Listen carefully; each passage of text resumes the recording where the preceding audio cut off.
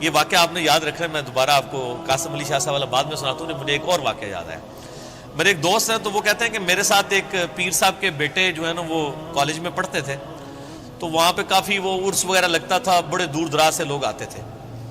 تو کہتے ہیں کہ وہ جب جن دنوں میں عرس ہوتا تھا نا تو وہ پولیس کو بار بار فون کر رہے ہیں کہ جناب سیکیورٹی کا بڑا خیال رکھنا ہے لوگوں دی جی, یعنی یہ لوگ آتے نے پچھلی بار بھی آیا ہو گیا سی ہے کیا ہوا سی جیب کٹ گئی تھی. میں نے دیکھا کہ پیر خانے پہ یا کوئی عرس پہ لوگ جا رہے ہوں, لوگ ان کو وہاں پہ مار رہے ہوں کہ یہاں ادھر کیا کرنے آئے ہیں. وہ تو بیچارے بڑے کمزور لوگ ہیں جو عرسوں کے خلاف ہیں, نہ ان کے پاس یہ کیپیبلٹی کہ وہ مارنے والے تو دوسری پارٹی ہیں. تو کہتا میں نے اس کو کہا یار تم اتنی ٹینشن کیوں لیتے ہو, مطلب جو آ رہا ہے اس کو کہنا ہے جی اللہ تو بندے ہوئے جیبا کٹ جان گے سانو کہہ دیں گے تھے آگے. یہ اس نے خود بول کے کہا, اس نے کہا ہمارے مریدین کی اگر جیبیں کٹ گئیں تو یہ ہمیں کیا دیں گے, تو ہمیں ان کی جیبوں کی زیادہ فکر ہوتی ہے. اور مریدین اس لیے سے جا رہے ہیں کہ پیر صاحب جو ہے نا وہی ہماری حفاظت کرنے والے ہیں, اور پیر صاحب آپ کی جیب کی حفاظت کے لیے خود پولیس کے محتاج ہیں. آپ اندازہ کر لیں. اور وہ قاسم علی شاہ صاحب کہنے لگے کہ وہ واصف علی واصف صاحب ایک مجلس میں فرما رہے تھے کہ اللہ کے بندوں میں اور دنیا داروں میں کیا فرق ہوتا ہے. وہ کہتے ہیں اللہ کے بندے جو ہوتے ہیں نا ان کو کوئی اگر پتھر بھی مار دیتا ہے نا آ کے, تو ان کو پتھر مارنے پر بھی غصہ نہیں آتا, وہ اوپر دیکھ کہتے ہیں یا اللہ خیر ہے کوئی غلطی ہوگی. کیوں, یہ حقیقت بات ہے کہ فاعل حقیقی اللہ ہے, یہ ذہن میں رکھیے گا.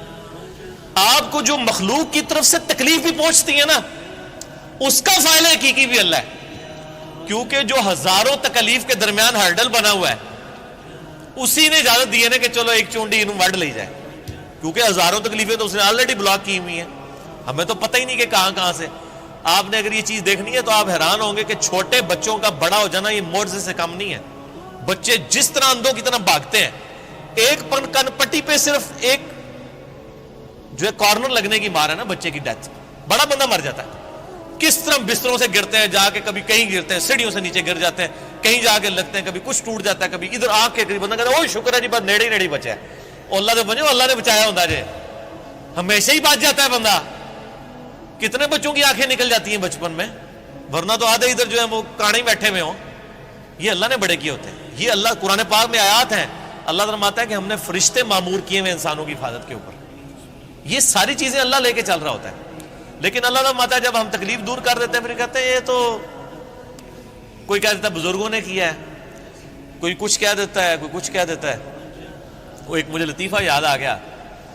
وہ ایک بندہ جو ہے وہ سمندری طوفان میں پھنس جاتا ہے, اور جب وہ ڈوبنے لگتا ہے تو کہتا ہے یا اللہ منو بچا لے, میں دیکھ دیا گا تیرے نا دی.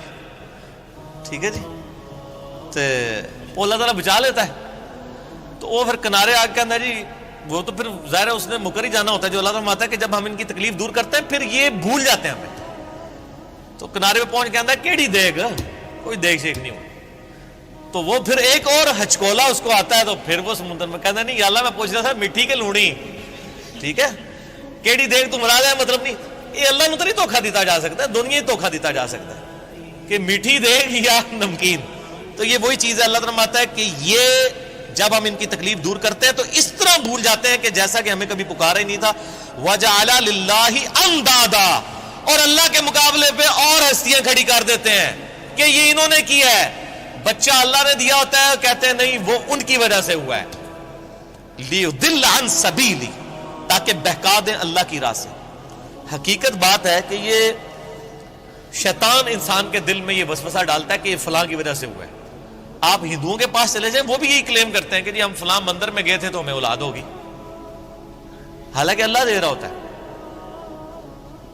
لیکن شیطان جو ہے وہ اینڈ ٹائم پہ ایسا وسوسہ ڈالتا ہے کہ انسان اور ہستیوں کی طرف اسے منسوخ کرنا شروع کر دیتا ہے. ہم نے تو کئی ایسے دیکھے ہیں جو لوگوں کو بچے دے رہے ہیں لیکن خود بے اولاد ہوتے ہیں. ان کو کہ آپ کیوں نہیں اولاد ہو رہی ہے. سورہ شورا کا آخری رکوع پڑھ لیں. اللہ فرماتا ہے اللہ جسے دیتا ہے بیٹے دیتا ہے, جسے چاہتا ہے بیٹیاں دیتا ہے, جسے چاہتا ہے دونوں دیتا ہے, اور جسے چاہتا ہے محروم رکھتا ہے. نبی علیہ السلام کی صرف ایک بیوی ہے جس سے اولاد ہے, سیدہ خدیجہ سے, یا ایک ماریہ قبطیہ سے سیدنا ابراہیم علیہ السلام پیدا ہوئے, وہ بھی فوت ہو گئے.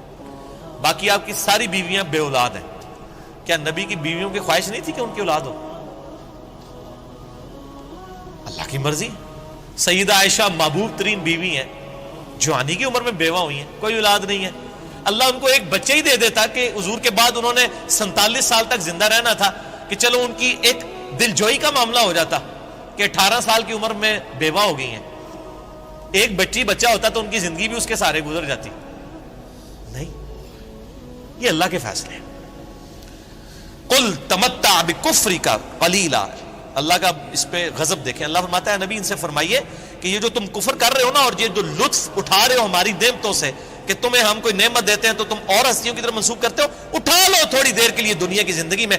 انک من اصحاب النار, پھر تو تم مرنے کے بعد دوزخیوں میں ہی شامل ہوگا انسان.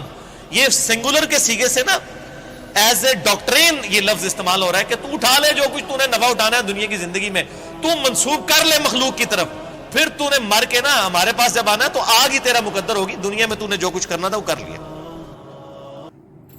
تو یہ تھی ویڈیو, بہت اچھی بات بتائی انہوں نے, مطلب اللہ کے بارے میں کہ اللہ تعالیٰ مصیبت دور کر دیتا ہے تو پھر انسان اسے بھول جاتا ہے اور کہتا ہے اس کی وجہ سے ہو گیا, اس کی وجہ سے ہو گیا. تو یہی تھا اس پہ, بہت اچھا لگا سن کے اور بہت زیادہ مطلب سمجھنے والی بات تھی.